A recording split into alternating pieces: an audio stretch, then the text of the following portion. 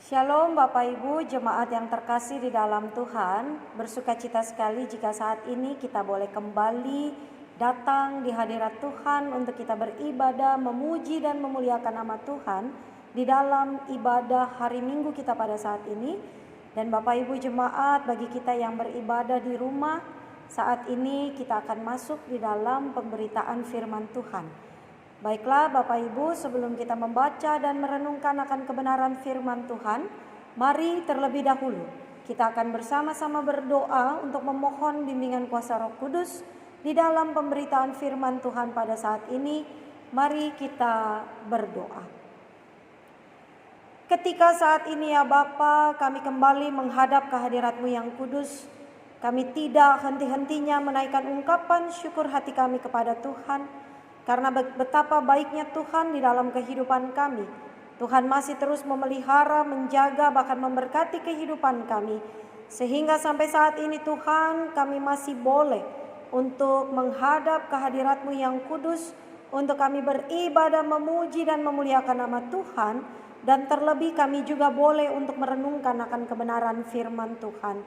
Kuasailah kami dengan kuat kuasa Roh Kudus-Mu ya Bapa, agar ketika kami boleh membaca dan merenungkan akan kebenaran firman-Mu, maka mampukan kami juga ya Bapa untuk dapat memahaminya dan terlebih melakukannya di sepanjang kehidupan beriman kami hari lepas hari, agar ketika kami menjalani hidup ini, maka hidup kami boleh menjadi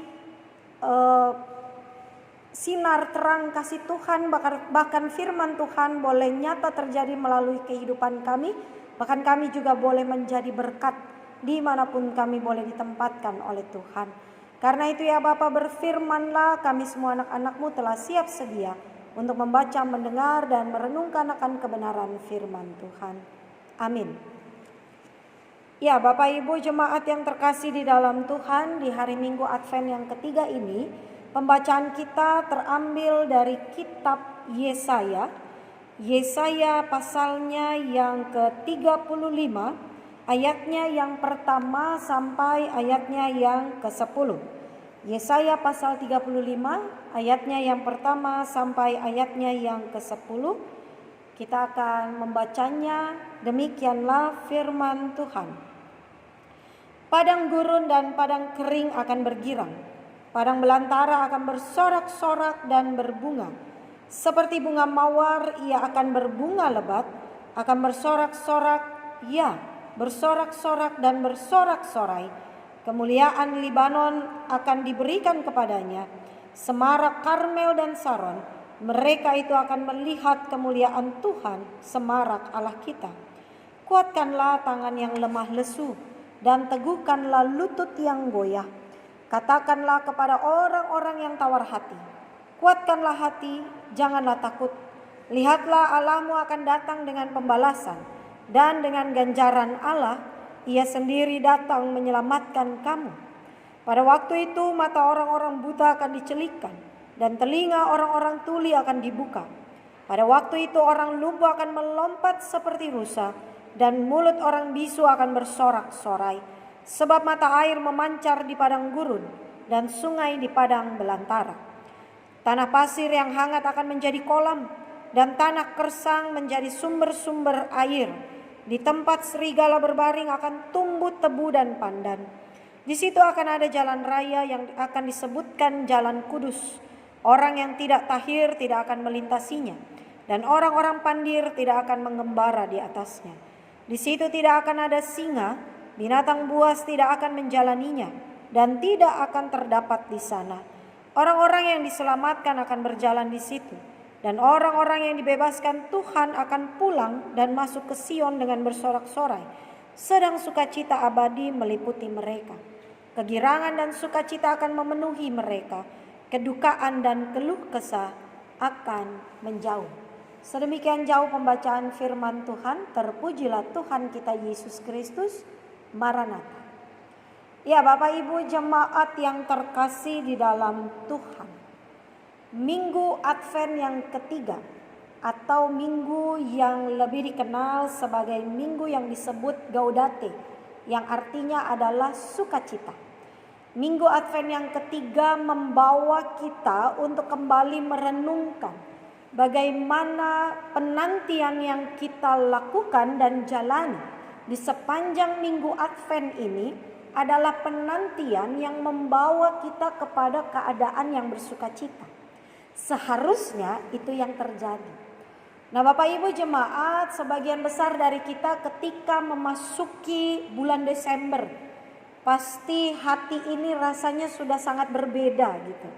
Karena kita tahu bahwa memasuki bulan Desember ada rasa-rasa Natal, ya kan? Rasa-rasa kumpul bersama dengan keluarga, rasa-rasa pulang kampung misalnya, rasa-rasa kebahagiaan gitu ya. Yang pastinya mungkin akan kita rasakan ketika kita memasuki bulan Desember. Tetapi Bapak Ibu jemaat, tahun ini terasa sangat berbeda. Kenapa saya katakan demikian? Karena sebagian besar dari kita pasti merasakan bahwa di sepanjang tahun ini adalah tahun yang sangat berat untuk dilalui. Banyak orang yang mungkin ketika masuk bulan Desember bukannya bersuka cita, tapi justru khawatir, ya kan? Karena ya Tuhan, sampai detik ini saya tidak punya pekerjaan misalnya, saya dipotong gajinya misalnya, saya di PHK misalnya, ya kan? Ketika memasuki bulan Desember ini bukannya kita merasakan sukacita, kita merasakan kebahagiaan seperti nama dari minggu Advent yang ketiga ini, yaitu Gaudate atau yang artinya adalah sukacita. Tetapi kita justru masuk di dalam masa-masa Advent yang penuh dengan kekhawatiran, penuh dengan kesedihan, penuh dengan pertanyaan. Apakah di tahun depan, di tahun 2021, keadaan pandemi COVID ini akan terus berlangsung atau tidak? Nah, Bapak Ibu jemaat yang terkasih di dalam Tuhan, keadaan-keadaan seperti ini atau penderitaan-penderitaan yang hadir dalam kehidupan kita sebenarnya, ya kan, di sepanjang kita masih diberikan kesempatan untuk hidup, pasti akan selalu ada dalam kehidupan kita. Apapun yang terjadi, penderitaan-penderitaan yang mungkin hadir ketika kita menjalani kehidupan ini, itu sebenarnya hal yang biasa. Tetapi memang menjadi luar biasa karena mungkin penderitaan di tahun ini bisa dikatakan levelnya yang, kalau istilah level kepedasan itu ada yang level 1 sampai level 10. Ini levelnya ya sudah hampir-hampir memasuki level 10 gitu ya. Sudah sangat pedas rasanya penderitaan yang hadir pada tahun ini. Tetapi sebenarnya itu memang hal yang biasa. Ketika kita masih menjalani kehidupan, maka ada naik turun kehidupan, kan begitu. Ada kita merasa sukacita, ada kita merasa menderita. Ada kita merasa banyak berkat, ada kita merasa bisa dikatakan sangat ketat gitu ya, keuangan kita dan lain sebagainya. Itu sebenarnya hal yang biasa. Jadi Bapak Ibu jemaat, ketika memasuki bulan Desember ini, Gaudate itu seharusnya tetap menjadi bahagian dalam hidup kita ketika kita menjalani masa penantian itu. Seperti yang mungkin sudah saya sampaikan di minggu yang lalu, bahwa penantian kita pada saat ini mungkin tidak lagi mengarah kepada kelahiran Tuhan Yesus. Karena kalau tentang kelahiran Tuhan Yesus, kita mengingat rayakan kembali. Kelahiran Tuhan Yesus sudah terjadi 2000 lebih tahun yang lalu. Sedangkan masa penantian kita pada saat ini adalah lebih kepada Yesus akan datang kedua kalinya. Cuma yang menjadi masalah ketika menantikan itu, apa yang menjadi sikap kehidupan kita, ya kan? Makanya masa-masa Advent ini ada namanya masing-masing seperti yang saya sampaikan di minggu yang lalu. Nah, Bapak Ibu jemaat yang terkasih di dalam Tuhan, sama seperti apa yang dirasakan oleh bangsa Israel di dalam pembacaan kita pada saat ini. Kembali lagi saya katakan bahwa Nabi Yesaya ini, dia melayani bangsa Israel itu di masa ketika sebelum terjadi pembuangan dan juga di masa pembuangan. Jadi ketika Nabi Yesaya ini bicara pada masa pembuangan bangsa Israel, kemudian Yesaya sungguh menyadari dan melihat secara langsung bagaimana umatnya, bangsanya itu berada di dalam penderitaan kehidupan yang begitu luar biasa. Ya kan, siapa yang tidak merasakan penderitaan kalau mereka berada dalam penjajahan, kalau mereka berada di tanah pembuangan, kalau mereka berada di dalam keterpurukan kehidupan yang begitu luar biasa, terjadi bagi bangsa Israel. Tetapi kemudian Bapak Ibu jemaat, Yesaya tetap mengingatkan bangsanya bahwa keselamatan itu akan hadir bagi bangsanya. Keselamatan yang dijanjikan oleh Tuhan Allah itu pasti akan nyata terjadi bagi bangsa Israel.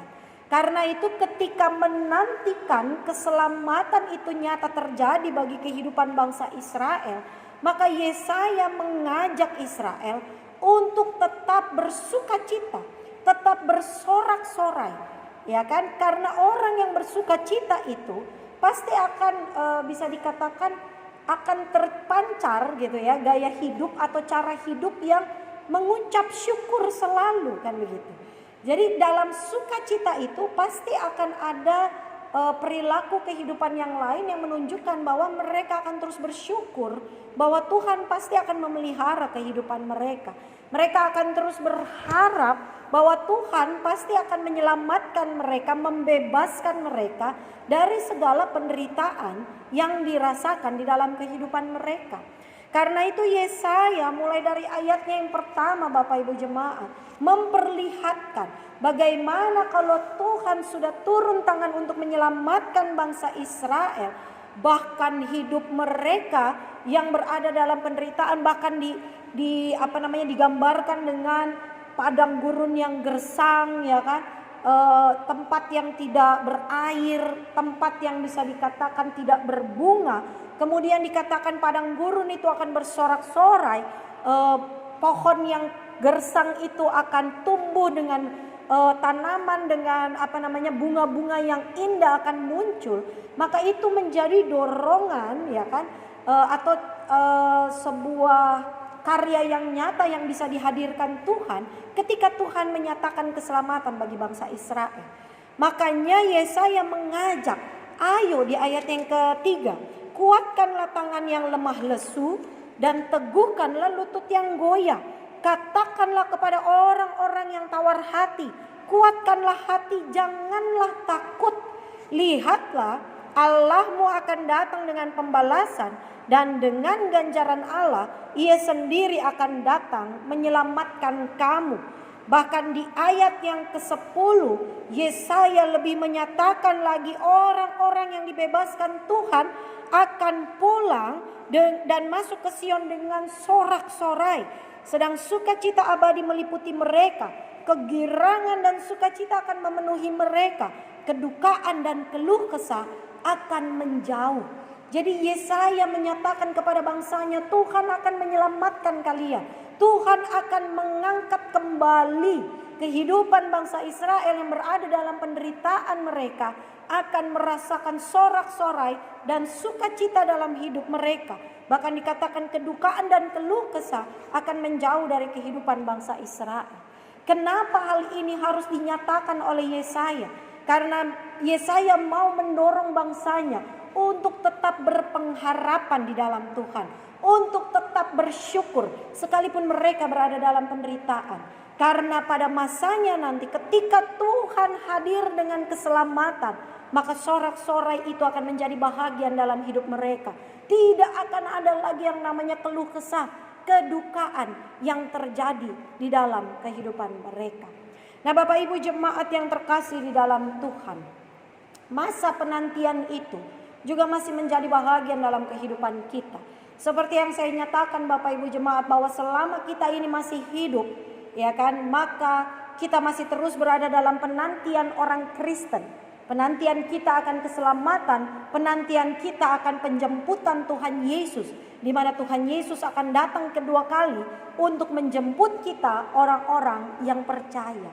Nah, Bapak Ibu saudara-saudara yang terkasih, dan ketika kita masih menjalani kehidupan ini, seperti yang saya sampaikan di awal, pasti hidup ini akan ada naik turunnya.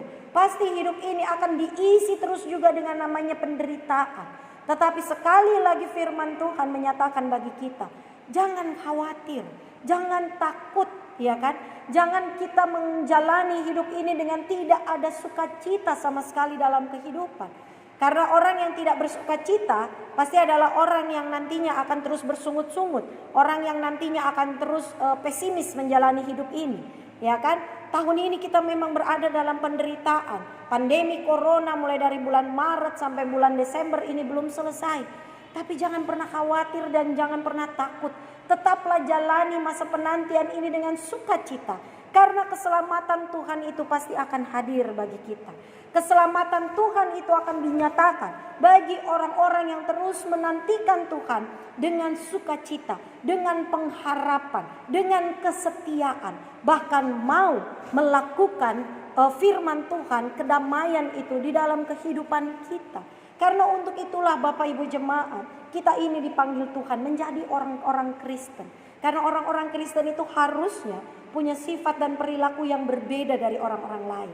Mungkin orang-orang lain ketika menjalani masa pandemi ini mereka bersungut-sungut, mereka pesimis, bahkan mungkin ada yang sudah mudah menyerah, ya kan? Orang Kristen tidak boleh seperti itu. Kita tetap berada dalam pengharapan bahwa masa-masa sulit ini akan segera berlalu. Kita tetap menantikan kehadiran Tuhan Yesus yang akan menjemput kita. Karena ketika kehadiran Tuhan Yesus itu sungguh nyata terjadi Bapak Ibu jemaat. Ketika keselamatan itu nyata terjadi, tidak akan ada lagi keluh kesah. Tidak akan ada lagi penderitaan. Tidak akan ada lagi kesulitan kehidupan yang terjadi dalam hidup kita. Jadi selama kita masih hidup, nikmatilah apa yang Tuhan jadikan dalam kehidupan kita. Baik itu penderitaan, baik itu kesulitan hidup, maupun juga sukacita-sukacita, berkat-berkat yang Tuhan hadirkan dalam hidup kita. Sambil terus menata iman kita untuk terus berharap, untuk terus setia, untuk terus membagikan damai sejahtera itu dalam kehidupan kita. Karena untuk itulah kita dipanggil Tuhan, untuk menjadi orang-orang Kristen yang menyatakan pengharapan, menyatakan kesetiaan, menyatakan sukacita, dan menyatakan damai sejahtera itu di dalam kehidupan kita sekalian.